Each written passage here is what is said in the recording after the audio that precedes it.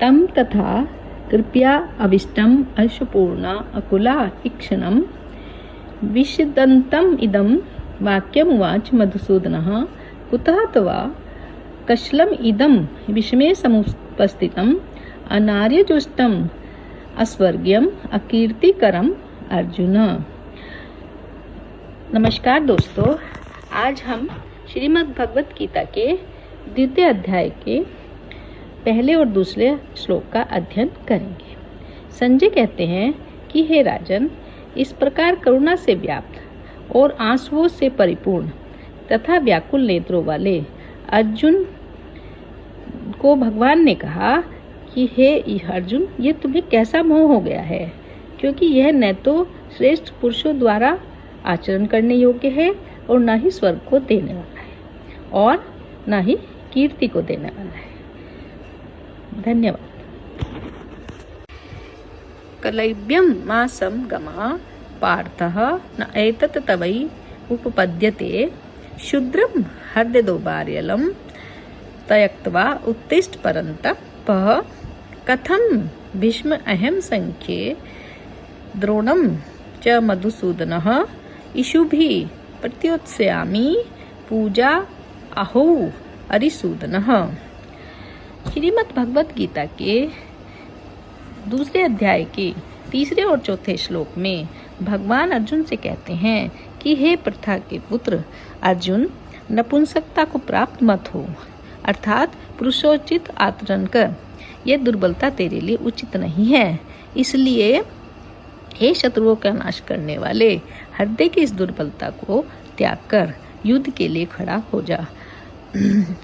अर्जुन बोले, हे मधुसूदन, मैं युद्ध भूमि में किस प्रकार बाणों से भीष्म पितामह और द्रोणाचार्य से लड़ूंगा, अर्थात मैं उनके खिलाफ नहीं लड़ सकता, क्योंकि वे दोनों ही मेरे पूजनीय हैं। धन्यवाद। गुरून् हत्वा ही महानुभावान् श्रेयः भोक्तुं भैक्ष्यम् अपि हि हत्वा अर्थ कामान् तु गुरून् इहि एव भोगान् रुधिर प्रदग्धवान्। श्रीमद् भगवत गीता के द्वितीय अध्याय के 5वें श्लोक में अर्जुन कहते हैं कि हे भगवान, मैं इन गुरुजनों को नहीं मारना चाहता। इससे अच्छा है कि मैं भिक्षा मांगकर अन्न खा लूं, क्योंकि गुरुजनों को मारकर भी इस लोक में मैं रक्त से सने हुए अर्थ और कामरूप भोगों को ही भोगूंगा, अर्थात इसमें मुझे कोई कल्याण नजर नहीं आता है। धन्यवाद। न च एतत् विधा कतरत् नः गृह्य यत्वा जयेम यदि वा न जयेयुः यान एव हत्वा न जिजीविषाम ते अवस्थिता प्रमुखे धातृराष्ट्रः। श्रीमद् भगवत गीता के दूसरे अध्याय के 6वें श्लोक में अर्जुन कहते हैं कि हे जनार्दन, हम नहीं जानते कि हम युद्ध जीतेंगे भी या नहीं। हमें ये भी नहीं पता कि हमें युद्ध करना भी चाहिए या नहीं। यद्यपि मैं ये जानता हूँ कि युद्ध करना क्षत्रिय का धर्म है, परंतु युद्ध में मुकाबले में हमारे सामने धृतराष्ट्र के पुत्र खड़े हैं, जिन्हें मारकर मैं जीना भी नहीं चाहता। धन्यवाद।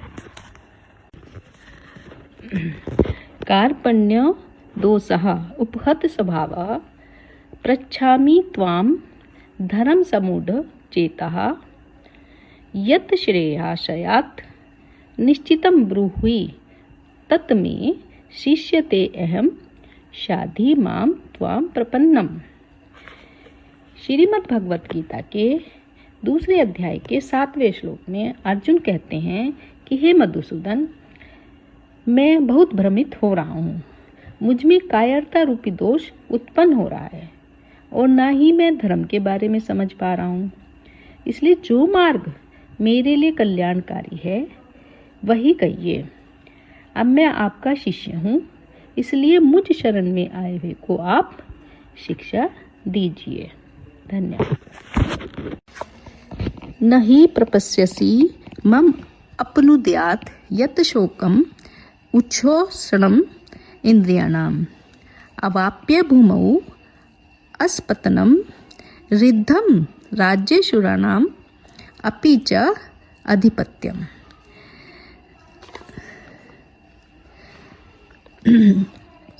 श्रीमद् भगवत गीता के दूसरे अध्याय के 8वें श्लोक में अर्जुन कहते हैं कि हे कृष्ण, मुझे धरती का निष्कंटक राज्य, धन धान्य से संपन्न राज्य मिल सकता है, देवताओं पर भी मेरा स्वामित्व हो सकता है, पर हे मधुसूदन, अपने ही भाइयों को मारकर जो शोक होगा वह मेरी इंद्रियों को सुखा देगा। वह शोक किसी सुख साधन से दूर नहीं हो सकेगा। धन्यवाद।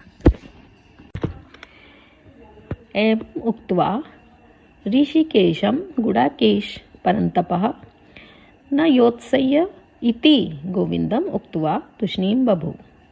तम उवाच ऋषिकेशः प्रहसन् इव भारत सैन्योभयोः मध्ये विषीदन्तम् इदं वचः।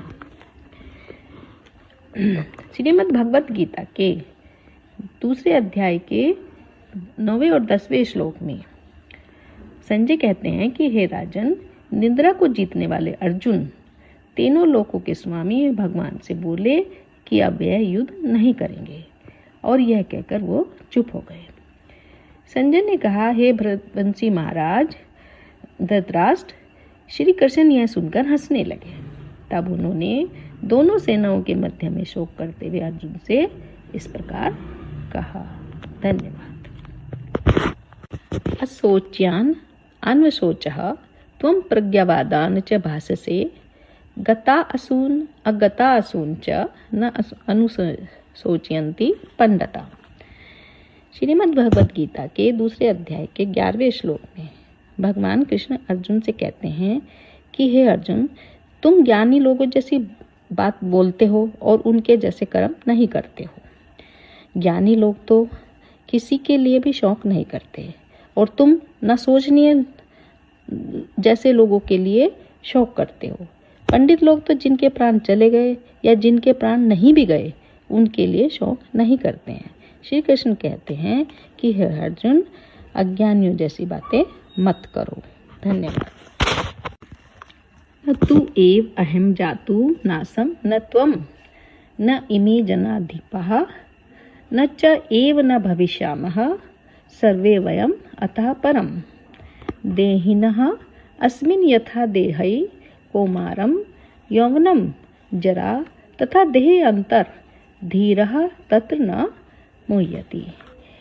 श्रीमद् भगवद गीता के दूसरे अध्याय के 12वें और 13वें श्लोक में श्री कृष्ण भगवान कहते हैं कि हे अर्जुन, न तो ऐसा है किसी काल में मैं, तुम या ये राजा लोग नहीं रहे, और न ही ऐसा है कि आगे चलकर हम लोग नहीं रहेंगे। जैसे कि जीवात्मा की इस देह में बालकपन, जवानी और बुढ़ापा आता है, फिर दूसरे शरीर की प्राप्ति होती है। यह तो काल चक्र है, और धीर पुरुष इसके बारे में शौक नहीं करते। धन्यवाद। मात्रा स्पर्शात् तु कौन्तेय शीत उष्ण सुख दुःखदा आगम अपायिनः अनित्या तान अस्ति तितिक्षव भारता। श्रीमद् भगवत गीता के दूसरे अध्याय के 14वें श्लोक में श्री भगवान कहते हैं कि हे कुंती पुत्र, सुख दुख तो गर्मी और सर्दी की तरह होते हैं। जैसे ऋतुएं बदलती हैं वैसे ही सुख के बाद दुख और दुख के बाद सुख आता है। हम इंद्रियों द्वारा इन्हें अनुभव करते हैं, जो कि विनाशशील हैं और अनित्य हैं। इसलिए हे भारत के भविष्य, तू इन्हें सहन करना सीख। धन्यवाद।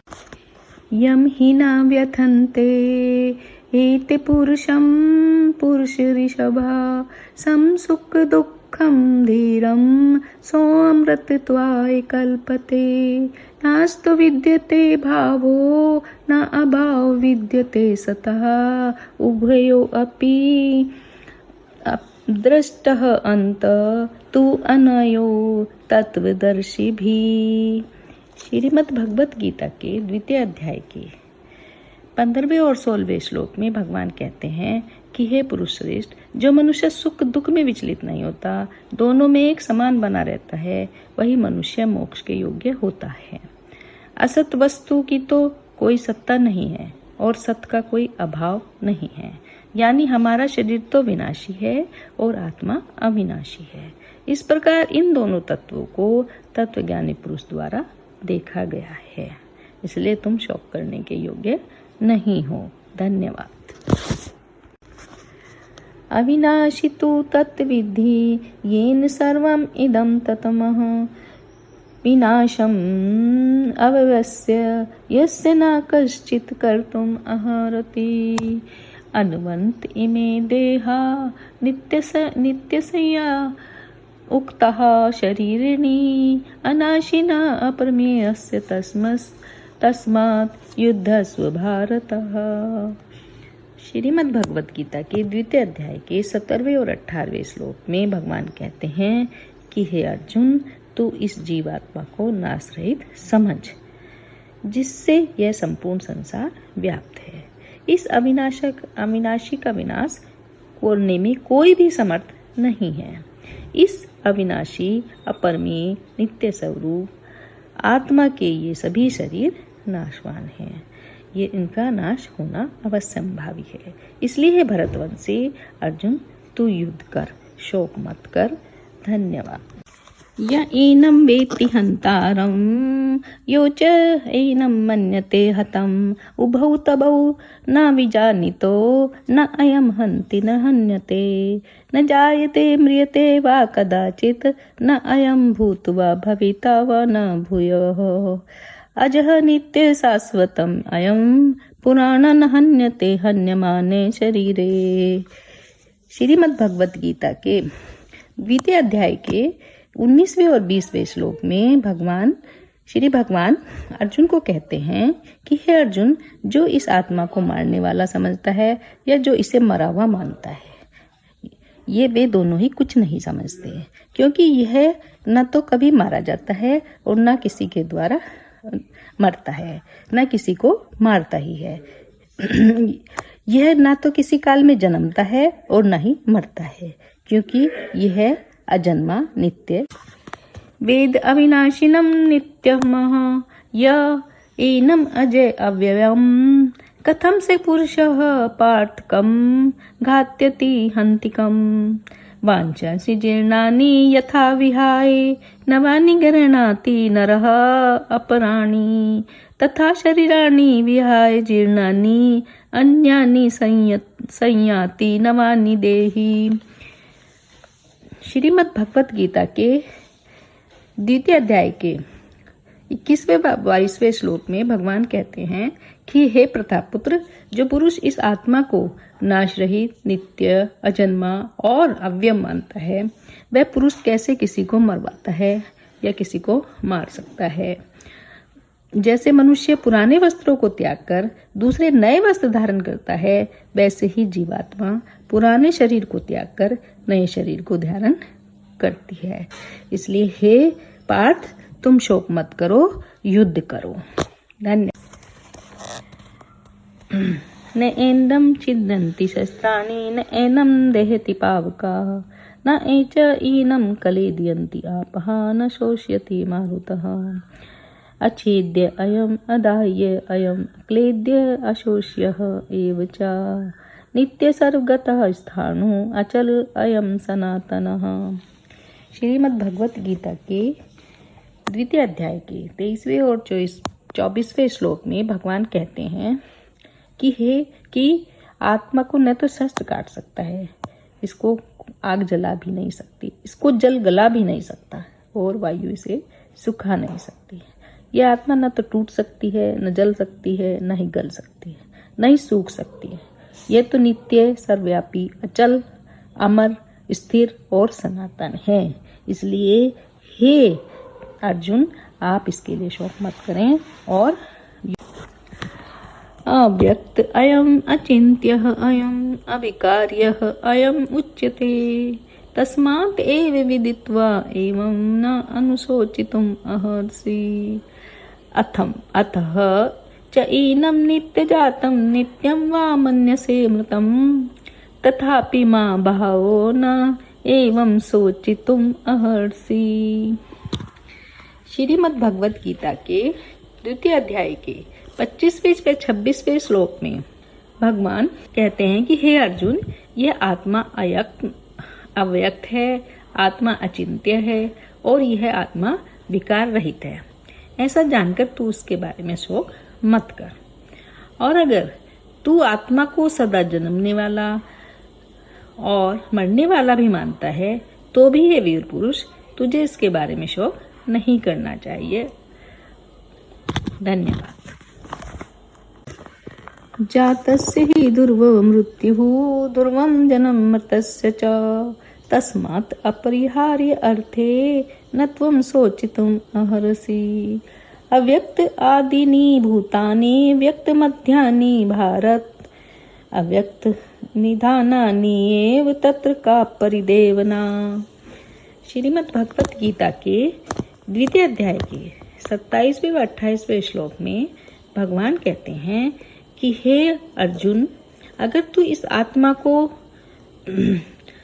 जन्म लेने वाला और मृत्यु होने वाला भी मानता है तो भी जन्म हुए की मृत्यु निश्चित है और मरे हुए का जन्म निश्चित है। इसमें तेरे हाथ में कुछ भी नहीं है, फिर तू शोक क्यों करता है?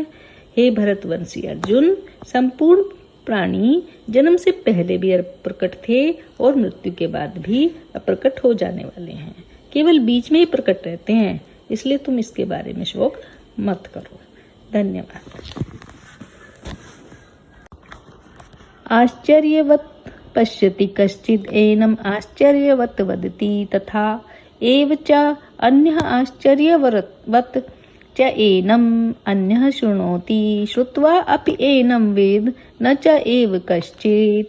श्रीमद् भगवद गीता के दूसरे अध्याय के 29वें श्लोक में श्री भगवान कहते हैं कि कोई महापुरुष ही इस आत्मा को आश्चर्य की भांति देखता है, कोई दूसरा महापुरुष ही इसे आश्चर्य की भांति वर्णन करता है और कोई महापुरुष ही इसे आश्चर्य की भांति सुनता है। दूसरे लोग तो इसे सुनकर भी नहीं जानते। धन्यवाद। देहि नित्यम अवध्यो अयम देहि सर्वस्य भारत तस्मात् सर्वाणि भूतानि न त्वं शोचितुम् अर्हसि। स्वधर्म अपि च अवेक्षय न विकम्पतुम् अर्हसि। धर्मे आदि युद्धात् श्रेयः अन्यत् क्षत्रियस्य न विद्यते। श्रीमद् भगवत गीता के द्वितीय अध्याय के 30वें और 31वें श्लोक में श्री भगवान कहते हैं कि हे अर्जुन, यह आत्मा सबके शरीर में अवध्य है, अर्थात इसका वध नहीं किया जा सकता, इसलिए इन सभी प्राणियों के लिए तू शोक मत कर। तथा अगर तू धर्म में भी देखता है तो युद्ध करना क्षत्रिय का परम कर्तव्य है, इसलिए भयमुक्त होकर युद्ध कर, शोक मत कर। धन्यवाद। यत् इच्छया च उपपन्नं स्वर्गद्वारम् अपावृतं सुखिनः क्षत्रियः पार्थ लभन्ते युद्धम् ईदृशम्। अथं चेत् त्वम् इमं धर्मयं संग्रामं न करिष्यसि तथा स्वधर्म कीर्तिं च हित्वा पापम् अवाप्स्यसि। श्रीमद् भगवत गीता के द्वितीय अध्याय के 32वें और 33वें श्लोकों में भगवान कहते हैं कि हे अर्जुन, तुम्हें ये युद्ध खुले हुए स्वर्ग के द्वार की तरह अपने आप प्राप्त हुआ है, इसलिए अर्जुन तुम युद्ध करो। ऐसा अवसर बहुत कम क्षत्रियों को मिलता है, किंतु अगर तुम इस धर्म युद्ध को नहीं करते हो तो तुम धर्म और यश दोनों को खो दोगे। धन्यवाद। अकीर्तिं च अपि भूतानि कथिष्यन्ति ते अव्ययाम् संभावितस्य च अकीर्ति मरणात् अतिरिच्यते। भयात् रणात् उपरतं मंसयन्ते त्वां महारथा येषां चे त्वं बहुमतो भूत्वा यास्यसि लाघवम्। श्रीमद् भगवत गीता के द्वितीय अध्याय के 34वें और 35वें श्लोकों में श्री भगवान अर्जुन को कह रहे हैं कि हे अर्जुन, तेरे युद्ध न करने से सब लोग बहुत समय तक तेरी अपकीर्ति का कथावाचन करेंगे और तुझ जैसे श्रेष्ठ पुरुष के लिए अपकीर्ति मरण से भी बढ़कर है। जिन लोगों की दृष्टि में तुम पहले बहुत सम्मानित थे, उन्हीं के लिए तुम लघुता को प्राप्त हो जाओगे। यही महारथी लोग तुझे भय के कारण युद्ध से हटा हुआ मानेंगे और कायर कहेंगे। धन्यवाद।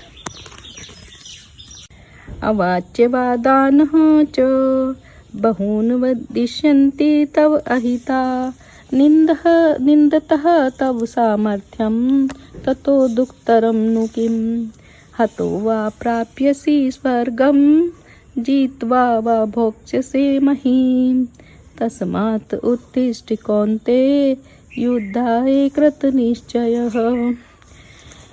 श्रीमद् भगवत गीता के द्वितीय अध्याय के 36वें और 37वें श्लोकों में भगवान कहते हैं कि हे अर्जुन, तेरे यही शत्रु लोग तेरे सामर्थ्य की निंदा करेंगे, कड़वे वचन कहेंगे। इससे अधिक दुख तुम्हारे लिए और क्या होगा। या तो तुम युद्ध में वीरगति को प्राप्त करके स्वर्ग को भोगोगे या फिर संग्राम जीतकर पृथ्वी पर राज करोगे। तो इसलिए हे अर्जुन, युद्ध के लिए निश्चय करके खड़े हो जाओ।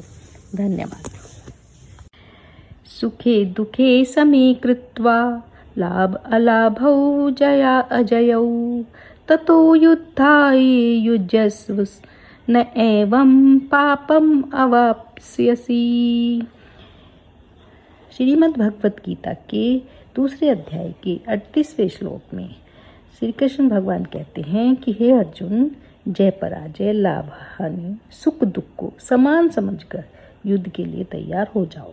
इस प्रकार युद्ध करते हुए तुम्हें पाप नहीं लगेगा। धन्यवाद। येषा ते अभिहिता सांख्ये बुद्धियोगे तु इमां शृणु बुद्धया युक्तो यथा पार्थ कर्म बंधनं प्रहास्यसि न हि अभिक्रम नासो अस्ति प्रत्यवायो न विद्यते स्व अल्पम अपि अस्य धर्मस्य त्रायते महतो भयात्।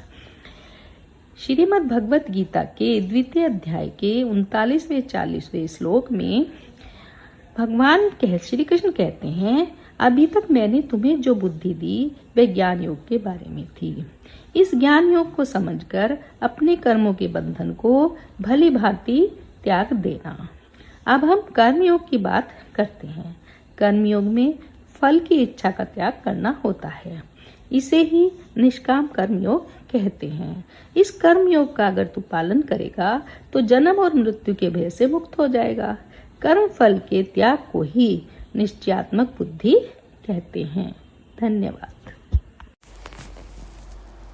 व्यवसाय आत्मिका बुद्धि एका ही कुरुनंदन बहुशाखः हि अनन्तः च बुद्धयो अव्यवसायिनाम् यामिमां पुष्पितां वाचं प्रवदन्ति अविपश्चितः वेदवार्तः पार्थ न अन्यत् अस्तीति वादिनः। श्रीमद् भगवत गीता के द्वितीय अध्याय के 41वें व 42वें श्लोकों में श्री भगवान कहते हैं कि हे कुरुनंदन, इस कर्म योग में आपको निश्चय करना होता है। वह निश्चय केवल एक ही होगा कि आप कर्म फल के बारे में नहीं सोचेंगे, केवल निष्काम कर्म करेंगे। किंतु विवेकहीन लोगों की बुद्धियां अनेक होती हैं। जो लोग भोगों में तन्मय हो रहे हैं और कर्म फल के प्रशंसक वेद वाक्यों में ही जिनकी आसक्ति है, वे निष्काम कर्म कर ही नहीं सकते। कामा आत्मनः स्वर्ग परा जन्म कर्म फल प्रदाम क्रिया विशेष बहुलाम भोग ऐश्वर्य गतिम प्रति भोग ऐश्वर्ये प्रसक्तानाम तया अपहरित चेतसाम व्यवसाय आत्मिकः बुद्धि समाधौ न विधीयते। श्रीमद् भगवद गीता के दूसरे अध्याय के 43वें व 44वें श्लोकों में श्री भगवान कहते हैं कि स्वर्ग से बढ़कर कुछ नहीं है।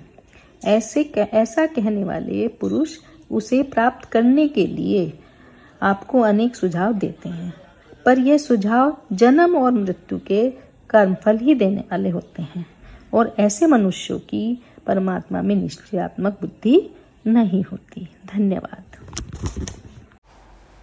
त्रैगुण्य विषः वेदा निस्त्रैगुण्य भव अर्जुनः निर्द्वन्द्व नित्य सत्वरथः निर्योगक्षेमः आत्मवान्।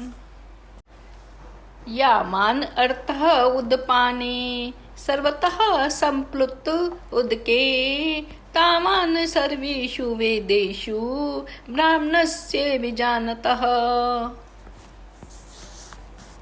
श्रीमद् भगवत गीता के द्वितीय अध्याय के 45वें व 46वें श्लोकों में श्री भगवान कहते हैं कि हे अर्जुन, वेद तीनों गुणों, समस्त भोगों एवं उनके साधनों का प्रतिपादन करने वाले हैं। अर्जुन, तुम उन सब में आसक्त मत हो। हर्ष शोकादि द्वंद्वों से रहित होकर नित्य वस्तु परमात्मा में आसक्ति रखने वाले बनो। तुम योगक्षेम को न चाहने वाले स्वाधीन अंतःकरण वाले बनो।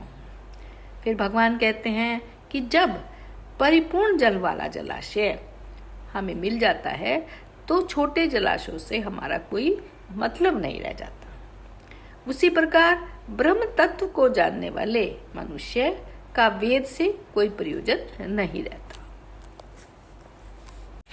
कर्मण्येव अधिकारस्ते मा फलेषु कदाचन मा कर्म फल हेतुर्भूर्मा ते संगो अस्तु कर्मणि।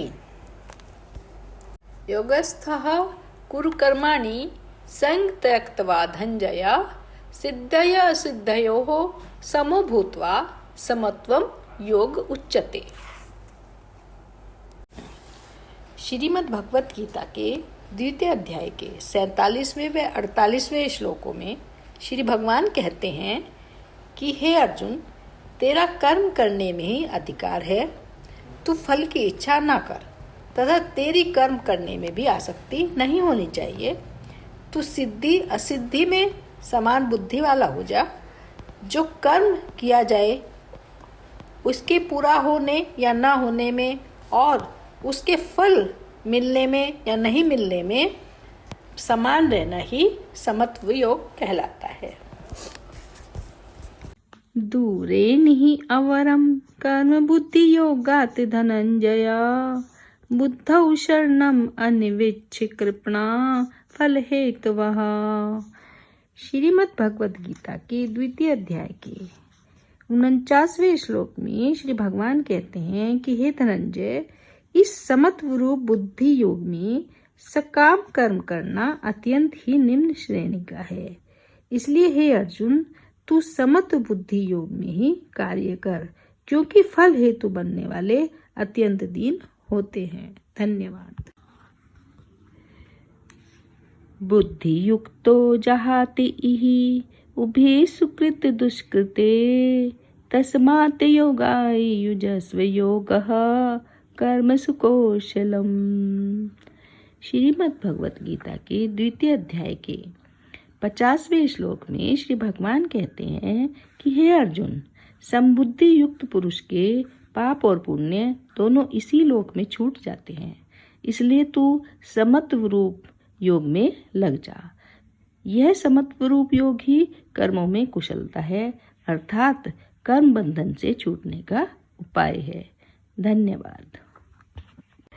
कर्मजं बुद्धिवक्ता हि फलं त्यक्त्वा मनीषिणः जन्मबन्ध विनिर्मुक्तः पदं गच्छन्ति अनामयम्। श्रीमद् भगवद गीता के दूसरे अध्याय के 51वें श्लोक में श्री भगवान कहते हैं कि हे अर्जुन, समबुद्धि से युक्त ऋषि मुनि कर्म के फलों की आसक्ति से स्वयं को मुक्त कर लेते हैं, जो मनुष्य को जन्म और मृत्यु के चक्र में बांध लेती है। इस चेतना में कर्म करते हुए वे उस अवस्था को प्राप्त कर लेते हैं जो सभी दुखों से परे है। धन्यवाद। यदा ते मोह कलिलं बुद्धिर्व्यतितरिष्यति तदा गन्तासि निर्वेदं श्रोतव्यस्य श्रुतस्य च। श्रीमद् भगवत गीता के दूसरे अध्याय के 52वें श्लोक में भगवान कहते हैं कि हे अर्जुन, जब तुम्हारी बुद्धि मोह के दलदल को पार कर लेगी, उस समय तुम जो सुने हुए हैं और सुनने में आने वाले इस लोक व परलोक संबंधी सभी भोगों से वैराग्य प्राप्त कर लोगे, अर्थात समत्व बुद्धि वाले हो जाओगे। धन्यवाद। श्रुति विप्रतिपन्न ते यदा स्थास्यति निश्चला समाधौ अचला बुद्धि तदा योगम अवाप्स्यसि। स्थितप्रज्ञस्य का भाषा समाधि स्थितस्य केशवः। स्थितधि किं प्रभाषेत किमासेत प्रजीत किम। श्रीमद् भगवत गीता की दूसरे अध्याय की 53वें 54वें श्लोकों में भगवान कहते हैं कि हे अर्जुन, जब तुम्हारी बुद्धि का वेदों की अलंकारमयी भाषा से आकर्षण समाप्त हो जाएगा तो बुद्धि परमात्मा में अचल और स्थिर हो जाएगी। जब तुम योग की उच्च अवस्था को प्राप्त कर लोगे, अर्थात तेरा परमात्मा से नित्य संयोग हो जाएगा। आगे अर्जुन पूछते हैं कि हे केशव, समाधि में स्थित परमात्मा को प्राप्त हुए और स्थिर बुद्धि वाले पुरुष के क्या लक्षण हैं? वह सिद्ध पुरुष कैसे बोलता है, कैसे बैठता है और कैसे चलता है? धन्यवाद। प्रजहाति यदा कामान सर्वान् पार्थः मनोगतान् आत्मनि एव आत्मनः तुष्टः स्थितप्रज्ञः तदोच्यते। दुःखेषु अनुद्विग्नमनः सुखेषु विगतस्पृहः वीतराग भय क्रोध स्थितधि मुनि उच्यते। श्रीमद् भगवत गीता के दूसरे अध्याय के 55वें 56वें श्लोक में परम प्रभु श्री कृष्ण कहते हैं कि हे पार्थ, जब कोई मनुष्य स्वार्थ युक्त व मन को दूषित करने वाली कामनाओं का परित्याग कर देता है, इंद्रियों को तृप्त करने वाली कामनाओं को छोड़ देता है और आत्मज्ञान का अनुभव करता है और संतुष्ट हो जाता है, तब ऐसे मानव को स्थित प्रज्ञ कहा जाता है। आगे भगवान कहते हैं कि दुखों की प्राप्ति होने पर जिसके मन में उद्वेग नहीं होता, सुख मिलने पर जो बहुत उत्साहित नहीं होता तथा जिसके राग द्वेष भय क्रोध नष्ट हो जाते हैं, ऐसा स्थिर बुद्धि वाला पुरुष मनीषी कहलाता है। धन्यवाद। यह सर्वत्र अनभिसनेहा तत् तत् शुभम अशुभम न अभिनंदन्ते न द्वेष्टि तस्य प्रज्ञा प्रतिष्ठिता। यदा सहर्ते च अयं कूर्मो अंगनानि इव सर्वसः इंद्राणि इंद्रिय अर्थेभ्यः तस्य प्रज्ञा प्रतिष्ठिता। श्रीमद् भगवत गीता के दूसरे अध्याय के 57वें व 58वें श्लोक में श्री भगवान कहते हैं कि हे अर्जुन, जो सभी परिस्थितियों में अनासक्त रहता है, न ही शुभ फल प्राप्ति पर हर्षित होता है और न ही विपत्ति में उदासीन होता है, वही पूर्ण अवस्था में स्थित मुनि है। आगे भगवान कहते हैं कि जो मनुष्य अपनी इंद्रियों को विषय भोगों से खींच लेता है, जैसे कि कछुआ अपने अंगों को संकुचित करके उन्हें खोल के भीतर कर लेता है, वह दिव्य ज्ञान में स्थित हो जाता है। धन्यवाद। विषया विनिवर्तन्ते निराहारस्य देहिनः रसवर्जं रसोऽप्यस्य परं पृष्ठा निवर्तते। यततो हि अपि कौन्ते पुरुषस्य विपश्चितः इंद्रियाणि प्रमाथिनी हरन्ति प्रसभं मनः। श्रीमद् भगवत गीता के दूसरे अध्याय के 59वें व 60वें श्लोक में श्री भगवान कहते हैं कि हे कौन्ते, यद्यपि देहधारी जीव इंद्रियों के विषयों से अपने आप को कितना भी दूर रखें, लेकिन इंद्रियों की विषयों को भोगने की लालसा बनी रहती है। फिर भी जो लोग भगवान को जान लेते हैं, उनकी लालसाएं समाप्त हो जाती हैं। आगे श्री भगवान कहते हैं कि हे अर्जुन, ये इंद्रियां इतनी अशांत और प्रबल होती हैं कि ये विवेकशील और आत्मनियंत्रण का अभ्यास करने वाले पुरुष को भी बलपूर्वक अपने वश में कर लेती हैं। इसलिए मनुष्य को यत्न पूर्वक इंद्रियों को अपने वश में करना चाहिए। धन्यवाद। तानि सर्वाणि संयम्य युक्तः आसीत् मत्परः वशी हि यस्य इन्द्रियाणि तस्य प्रज्ञा प्रतिष्ठिता। ध्यायतो विषयान् पुंसः संगः तेषु उपजायते संगात् संजायते कामः कामात् क्रोधो अभिजायते। श्रीमद् भगवत गीता की द्वितीय अध्याय के 61वें व 62वें श्लोक में भगवान कहते हैं कि हे अर्जुन, जो मनुष्य संपूर्ण इंद्रियों को वश में करके और मेरे प्रायण होकर ध्यान में बैठता है, उसी की बुद्धि स्थिर होती है। इस श्लोक में भक्ति की तल्लीनता का वर्णन किया गया है। आगे श्री भगवान कहते हैं कि इंद्रियों के विषय में चिंतन करने वाले पुरुष की उन विषयों में आसक्ति हो जाती है। क्रोधात् भवति सम्मोहः सम्मोहात् स्मृति विभ्रमः स्मृति भ्रशात् बुद्धिनाशो बुद्धिनाशात् प्रणश्यति। राग द्वेष वियुक्तैः तु विषयान् इन्द्रियैः चरन् आत्मवश्यै विधेयात्मा प्रसादम अधिगच्छति।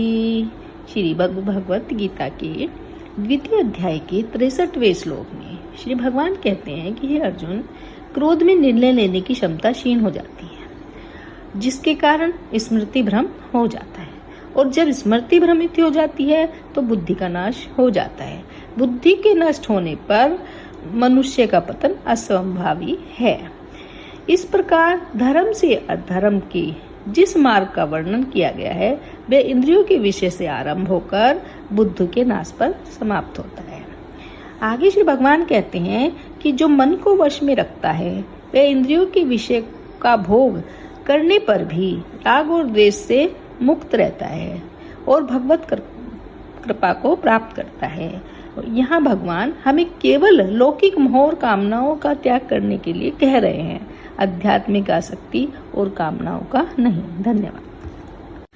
प्रसादे सर्व दुःखानां हानियस्य उपजायते प्रसन्नचेतसो हि आशु बुद्धि पर्यवतिष्ठते।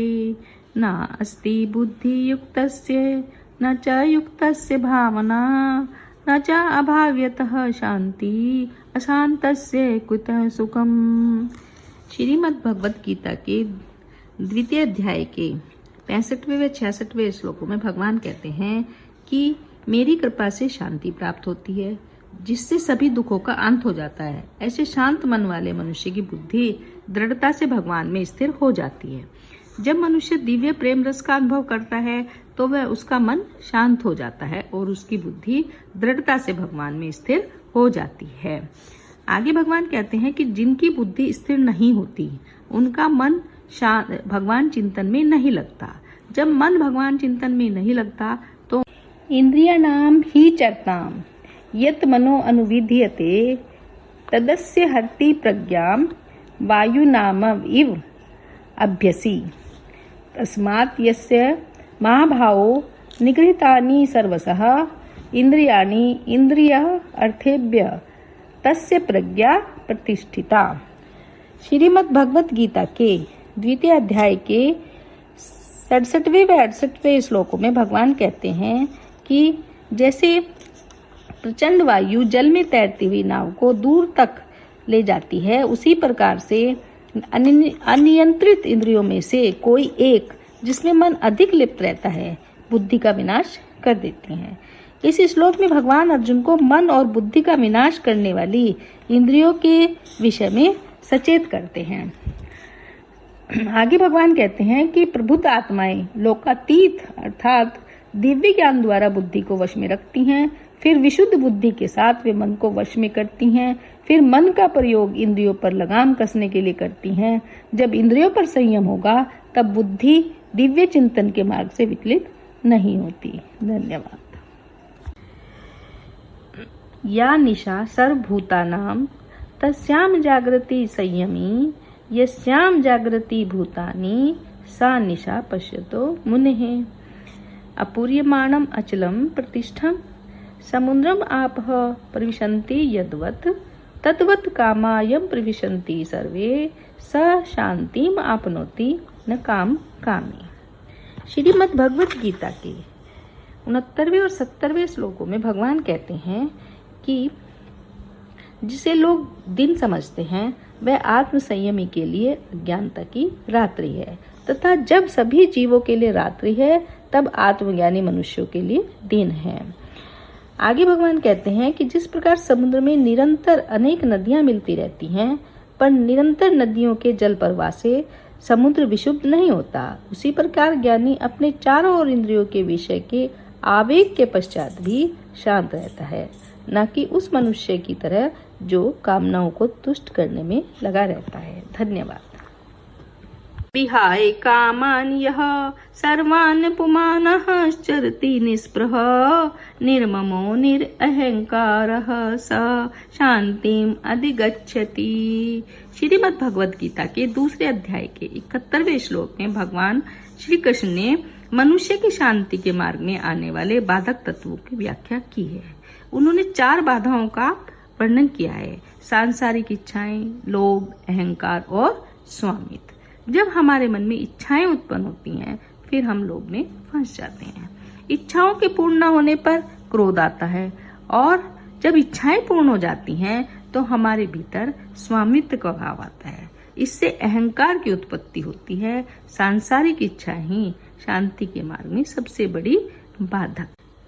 एषा ब्राह्मी स्थिति पार्थ न एनाम प्राप्य विमोहयति स्थित्वा अस्याम अंतकाले अपि ब्रह्म निर्वाणम रिच्छति।